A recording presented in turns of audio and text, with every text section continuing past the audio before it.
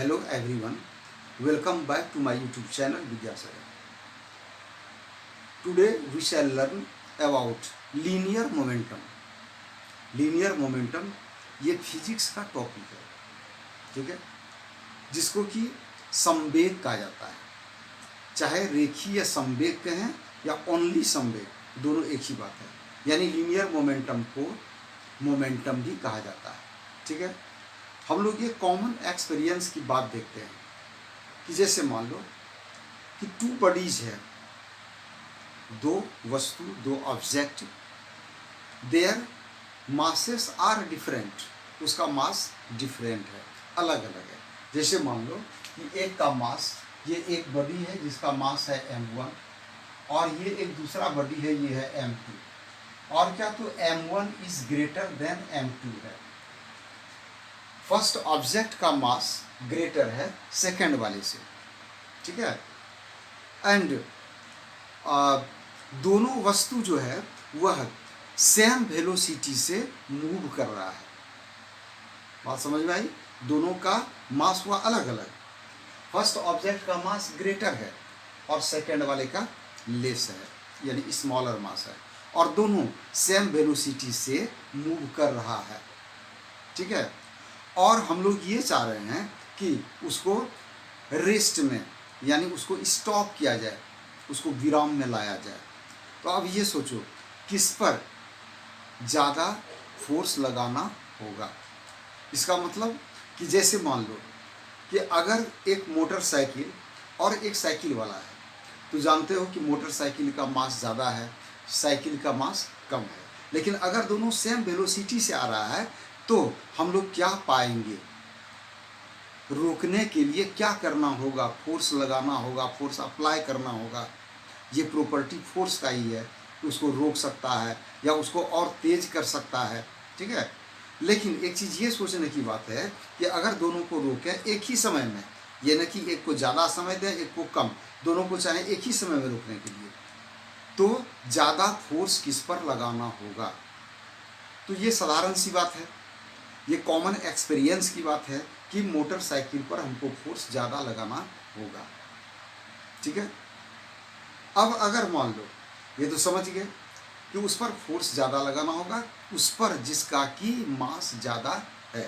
तो यहाँ पर हम लोगों ने दो एग्जाम्पल जो लिया, ये इस तरह का कि मास डिफरेंट बट वेलोसिटीज सेम है दोनों का, और सेम टाइम में दोनों को रोकना है। याद रखना है कि टाइम एक ही रहेगा। अब ठीक इसका उलट की बात लेते हैं, क्या कि अगर मान लो मास दोनों का सेम हो जाए, मास दोनों का सेम, एक का वेलोसिटी कम होगा और दूसरे का वेलोसिटी ज़्यादा होगा। सेकेंड केस में मान लिए क्या, ये m1 ये बराबर है किसके? m2 के। m1 बराबर है m2, ठीक है।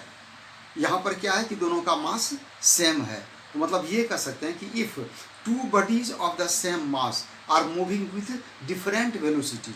अब यहाँ पर वेलोसिटी कर दिए डिफरेंट, ठीक है। तो अब एक चीज़ ये सोचने की बात है कि जब वेलोसिटी कम और ज़्यादा हो जाएगा, मास सेम रहेगा, तो वेलोसिटी का यहाँ पर इफेक्ट पड़ेगा। ऐसे कंडीशन में हम लोग क्या देखते हैं कि इसमें जो नीडेड फोर्स है, जो फोर्स की आवश्यकता होती है उसको सेम टाइम में रोकने के लिए, तो जो फास्टर मूविंग बॉडी होता है, मतलब जो तेज चलने वाला वस्तु, उस पर जो फोर्स लगाते हैं हम लोग, तो उस पर कैसा फोर्स लगाते हैं? उस पर जो फोर्स लगाया जाता है हैवियर, यानी कि उस पर हम लोग ग्रेटर फोर्स लगाएंगे, बड़ा बल लगाएंगे, जो कि तेज चल रहा है। का मास दोनों का सेम है, अब वेलोसिटी डिफरेंट है, तो जिसका वेलोसिटी ज़्यादा रहेगा उस पर तुमको ज़्यादा फोर्स लगाना होगा, उसको स्टॉप करने के लिए। बात समझ में आई? तो अब एक चीज़ है, इसका मतलब क्या हुआ कि thus the force needed to stop a moving body in a definite time, force needed to stop, रोकने के लिए जो बल की आवश्यकता होती है मूविंग बॉडी को, in a definite time depends both. या दो एग्जाम्पल में हम लोगों ने ये प्रूव किया कि मास और वेलोसिटी, एक में मास का डिफरेंस किया और दूसरा में वेलोसिटी का डिफरेंस किया। तो जिसका मास ज़्यादा था उस समय वेलोसिटी इक्वल था, उसको रोकने के लिए हमको ग्रेटर फोर्स की आवश्यकता हुई। और जब मास इक्वल था, वेलोसिटी डिफरेंट था, तो जिसका वेलोसिटी मोर था, मतलब ज़्यादा था, उस पर हमको ग्रेटर फोर्स लगाना पड़ा सेम टाइम में उसको रोकने के लिए। तो यहाँ पर दोनों पर ना डिपेंड कर रहा है मोमेंटम, मास पर और वेलोसिटी।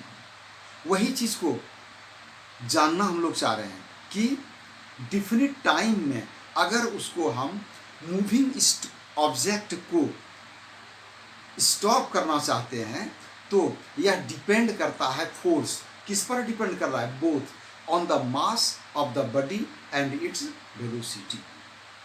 उस ऑब्जेक्ट के मास और उसके वेलोसिटी पर डिपेंड करता है। तो अब हम लोग ये जाने what is linear momentum. Linear momentum of a body is the product, यहाँ दो चीज आ रहा है, मास एंड वेलोसिटी। तो मास और वेलोसिटी के प्रोडक्ट पर डिपेंड करेगा, अर्थात लीनियर मोमेंटम क्या हुआ, किसी वस्तु का is the product of its mass and velocity. बात समझ में आई। और अगर हम लोग रिप्रेजेंट करें या रिप्रेजेंट किया जाता है मोमेंटम को, किससे रिप्रेजेंट किया जाता है, अब वो जाने हम लोग। तो यानी कि मोमेंटम को लिख सकते हैं हम लोग क्या, मोमेंटम बराबर ये बोलेंगे कि मोमेंटम इक्वल टू हो जाएगा मास इनटू वेलोसिटी। ठीक है, मास और वेलोसिटी पर डिपेंड करेगा कौन, मोमेंटम। और अब इसको अगर शॉर्ट में लिखेंगे, इसमें जो हम लोग उसका सिंबल जो यूज करते हैं, किसका सिंबल यूज करते हैं, मोमेंटम का, मास का और वेलोसिटी।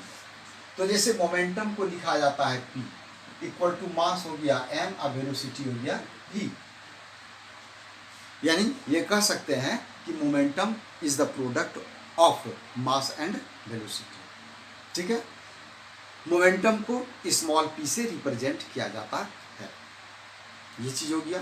उसके बाद एक चीज ये याद रखना है कि linear momentum is also called momentum. ठीक है, अब एक चीज ये जानेंगे कि अगर हम लोग ये मान लें, ये क्लियर हो गया कि मास को m, वेलोसिटी को v, तो p बराबर क्या हो गया, m इंटू v। अब ये समझना है कि क्या मोमेंटम जो होता है ये कैसा फिजिकल क्वांटिटी है। तो मोमेंटम होता है वेक्टर क्वांटिटी। ठीक है, momentum is a vector quantity because it has direction. और इसका तो फिर डायरेक्शन क्या होता है, तो इसका डायरेक्शन होता है जिस डायरेक्शन में उसका मोशन है, यानी कि in the direction of motion of the body. बात समझ में आई। अब चलेंगे हम लोग किस पर, यूनिट पर। तो इसका अगर यूनिट निकालना चाहें तो यूनिट, मास का यूनिट क्या होता है, तो मास का यूनिट होता है केजी। वेलोसिटी का यूनिट क्या होता है, मीटर पर सेकेंड, यानी क्या हो गया, केजी मीटर पर सेकेंड। ये हो गया इसका यूनिट। इंटरनेशनल सिस्टम में बोलते हैं इसका यूनिट केजी मीटर पर सेकेंड, जिसको हम लोग MKS सिस्टम भी कहते हैं। ठीक है, मीटर किलोग्राम सेकेंड। अब एक चीज, अगर इसका हम स्मॉलर यूनिट को देखें तो स्मॉलर यूनिट का मतलब क्या हो गया, CGS सिस्टम में। अगर CGS सिस्टम में चलते हैं तो CGS सिस्टम में मीटर का, केजी का यूनिट क्या होता है, ग्राम। यानी कि इन CGS सिस्टम, CGS इस सिस्टम में, तो इसमें क्या जानते हैं CGS सिस्टम में इसका, तो CGS सिस्टम में होता है केजी का हो जाएगा ग्राम, मीटर का हो जाएगा सेंटीमीटर पर सेकेंड। यानी क्या हो गया, ग्राम सेकेंड, ग्राम सेंटीमीटर पर सेकेंड। ये हो गया CGS सिस्टम में। बात समझ में आई, ग्राम सेंटीमीटर पर सेकेंड। एकदम इजी है। अब एक चीज़ कि अगर हम लोग ये मान लें कि ऑब्जेक्ट का वेलोसिटी एक जैसा नहीं रहता है, उस पर जब हम फोर्स अप्लाई करते हैं तो उसका वेलोसिटी में परिवर्तन होता है।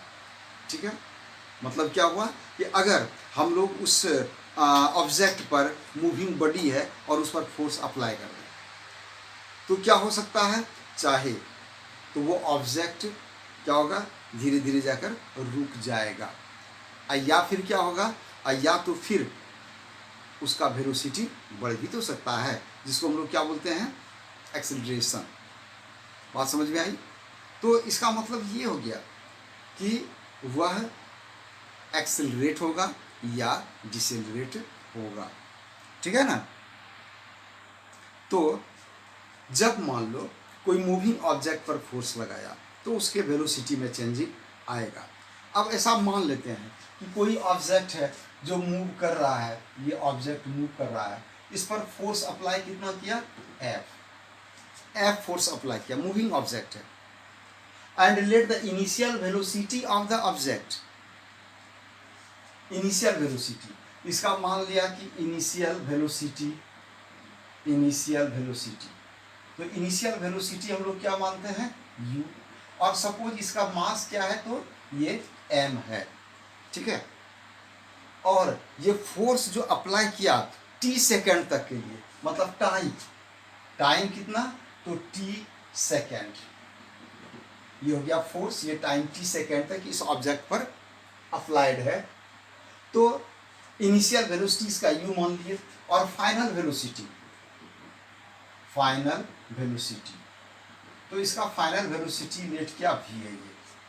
ठीक है, तो इसका अब देखो इनिशियल मोमेंटम होगा, इसका इनिशियल मोमेंटम होगा और फिर फाइनल मोमेंटम होगा। तो इसका मान लिया कि इसका इनिशियल मोमेंटम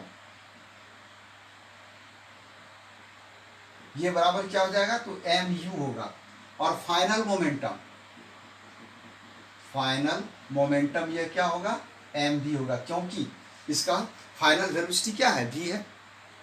अब देखो इसका मोमेंटम में चेंज क्या होगा, तो मोमेंटम में चेंज होगा, यानी चेंज इन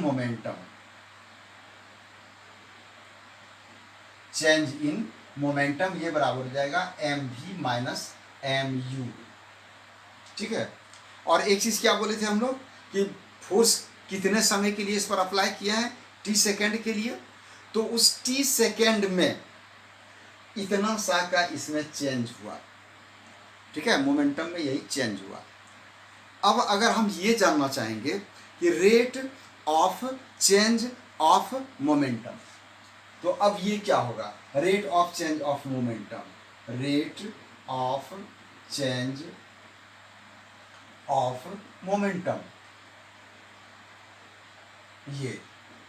ये बराबर क्या हो जाएगा, mv माइनस mu।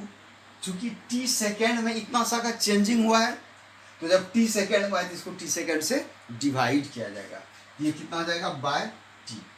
ये हो गया rate of change of momentum, यानी कि मोमेंटम में जो परिवर्तन हो रहा है उसका दर क्या है, रेट क्या है। क्या करना होगा कि mv माइनस mu, यानी कि चेंज कितना सा हुआ मोमेंटम में, और उसको टाइम से डिवाइड कर देंगे। ठीक है, तो अब एक चीज ये जानना है कि ये जैसे हुआ, इसमें m कॉमन आ जाएगा, तो m कॉमन लेंगे क्या लिखेंगे, v माइनस u और बाय t। लेकिन ये v minus u by t जो होता है, v minus u by t, ये किसका फॉर्मूला है, एक्सेलरेशन का, यानी v acceleration is equal to v minus u by t। तो यानी इसको हम लिख सकते हैं क्या, m इंटू a। इसका मतलब क्या हुआ कि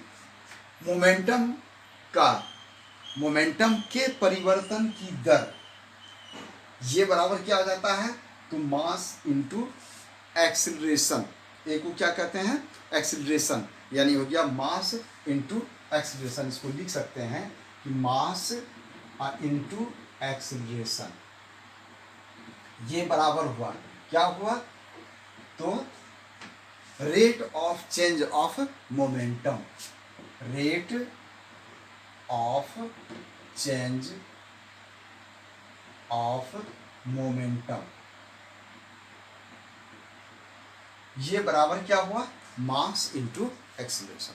ठीक है, अब फिर इसका आगे हम लोग इसका यूज करेंगे। ठीक है, नेक्स्ट क्लास में बताएंगे। Okay, thank you.